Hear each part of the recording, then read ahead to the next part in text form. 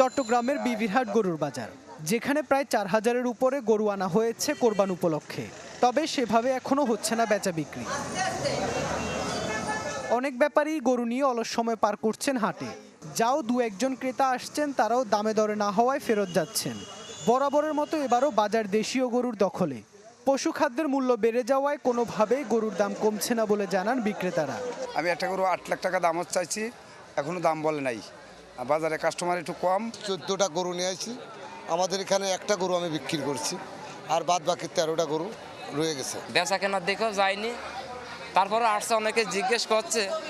গরুর তো অনেক দাম, খাওয়া দাওয়ার খরচ খরচার দাম বেশি, পালা খরচ বেশি। একই অবস্থা অন্যান্য পশুর হাটেও। লাখ টাকার নিচে গরু মেলায় যেন দায় হয়ে উঠেছে ক্রেতাদের জন্য। ১-১.৫ লাখ থেকে শুরু করে ৮-১০ লাখ টাকা পর্যন্ত দাম হাঁকাচ্ছেন বিক্রেতারা।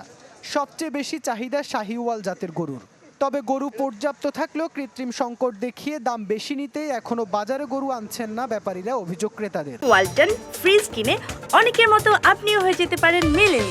সেরা পণ্যের সেরা অফার। এরা বলতেছে গরু শর্ট গরু, এটা তো আমরা জানি না, সিন্ডিকেট হইতে পারে কি হইতে পারে আমরা জানি না, কিন্তু গরুর দাম তুলনামূলকভাবে অনেক বেশি। আমরা অপেক্ষা করতেছি সামনের বাজার আরও যে সময় আছে, সময়ের ভিতরে আরও কিছু দাম পরে কিনা। গরু বেশা বেশি উঠায় নাই আর কি। কেন উঠায় নাই? খামারেরা হয়তো গরু ওদের জায়গা মতো রাখি দিছে, হয়তো আরও ১-২ দিন পরে উঠাবে। বাজারে আসা ক্রেতা বিক্রেতা সবার নিরাপত্তার পাশাপাশি হাট জমিয়ে তুলতে নানা প্রস্তুতির কথা বলছে বাজার কর্তৃপক্ষ এবং সিটি কর্পোরেশন।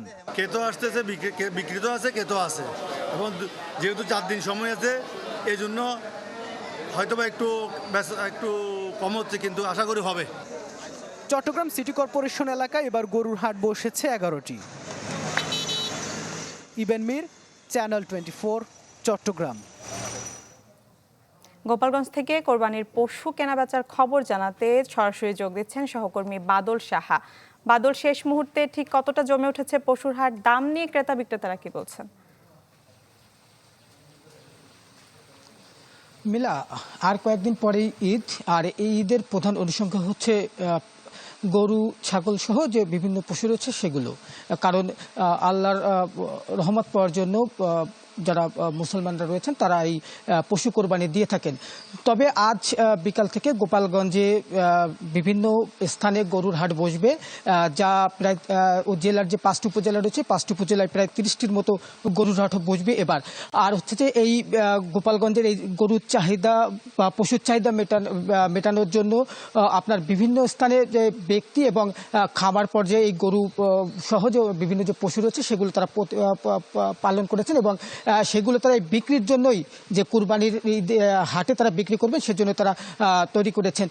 এবছর গোপালগঞ্জ জেলায় পশুর চাহিদা রয়েছে প্রায় 35,000, আর খামারিরা কিন্তু এই পশু আপনার পালন করেছেন প্রায় 45,000-এর মতো, যে কারণে প্রায় এই জেলায় যে পশুর যে চাহিদা এটি মিটিয়ে প্রায় আরও 10,000 পশু বেশি থাকবে, যা অন্যান্য জেলায় তারা বিক্রি করতে পারবেন। আমি প্রাণী সম্পদ কর্মকর্তার সাথে কথা বলেছি, তিনি আমাদেরকে জানিয়েছেন যে যেহেতু আজ বিকাল থেকে গোপালগঞ্জের বিভিন্ন স্থানে পশুর হাট বসবে, এবং এই পশুর হাটে যাতে কেউ আপনার অসুস্থ গরু বা যারা বিষাক্ত জিনিস যারা এই গরু মোটা তাজাকরণ করেছেন এগুলো যাতে বিক্রি করতে না পারেন সেজন্য বিভিন্ন স্থানে মেডিকেল টিম সহ প্রাণী সম্পদ কর্মকর্তাদের একটি করে টিম থাকবে। যে কারণে কিন্তু এবার কিন্তু খামারিরা তাদের যে অসুস্থ গরু এইসব গরু কিন্তু তারা বিক্রি করতে পারবেন না।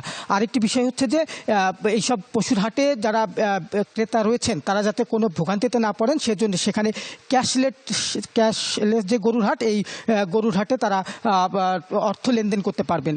আর ক্রেতারা কিন্তু বিভিন্ন হাটে যাচ্ছেন এবং সেখানে কিন্তু তারা বলছেন যে গরুর দাম যে গতবারের যে দাম ছিল সেই দাম থেকে কিন্তু এবার অনেক কম, এবং খামারিরাও কিন্তু একই দাবি করছেন যে এবার কিন্তু গরুর দাম অনেক কম, যে কারণে তারা এবার লোকসানের মুখে পড়বে। মিলা, এই ছিল আমার কাছে গোপালগঞ্জে পশু কেনাবেচার সবশেষ খবর। বাদল, আপনাকে ধন্যবাদ। গোপালগঞ্জ থেকে পশুর হাটের খবর জানাচ্ছিলেন সহকর্মী বাদল সাহা।